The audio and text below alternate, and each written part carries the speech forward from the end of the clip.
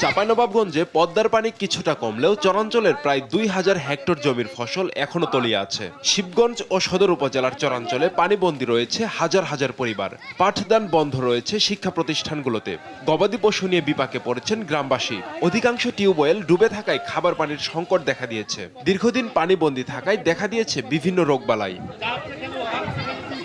এদিকে প্রশাসনের পক্ষ থেকে ত্রাণ বিতরণ করা হলেও তা অপ্রতুল বলে মন্তব্য করছেন ভুক্তভোগীরা। বানভাসীদের দাবি, দ্রুত পর্যাপ্ত ত্রাণ সুবিধা দেয়া না হলে নেমে আসবে ভয়াবহ বিপর্যয়।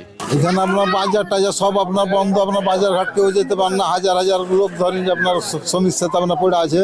বন্যাতে ধান ফসল সব ডুবে গেছে। গরু বাছুর নিয়ে আমরা খুব পরিস্থিতিতে খারাপ আছি। আমাদের কেউ সহযোগিতা করবেন নাই। বাড়ি ঘরে পানি করতে উঠে গেছে। এদিকে যমুনার সিরাজগঞ্জ শহর পয়েন্টে ৭ সেন্টিমিটার ও কাজীপুর পয়েন্টে ৪ সেন্টিমিটার পানি বেড়েছে। একই সঙ্গে জেলার অন্যান্য নদ নদীর পানিও বাড়তে শুরু করেছে। পানি প্রতিবাহিত ওঠে নাই, কিন্তু ৫ ফিট পানি উঠলে সবাই মোটামুটি পানি উঠে যাবে। এর চেয়ে যদি ২-৪-১০ সেন্টিমিটার পানি বেশি হয় তাহলে মানুষের ঘর বাড়িতে পানি উঠবে। হয়তো গবাদি পশু নিয়ে মানুষ আশ্রয় কেন্দ্রে দৌড়াদৌড়ি করবে। বন্যা মোকাবেলায় সিরাজগঞ্জ জেলা প্রশাসনের পক্ষ থেকে রাখা হয়েছে প্রস্তুতি। মজুদ রয়েছে ২,৮০০ প্যাকেট শুকনো খাবার, নগদ ১৮ লাখ টাকা ও ঢেউটিন।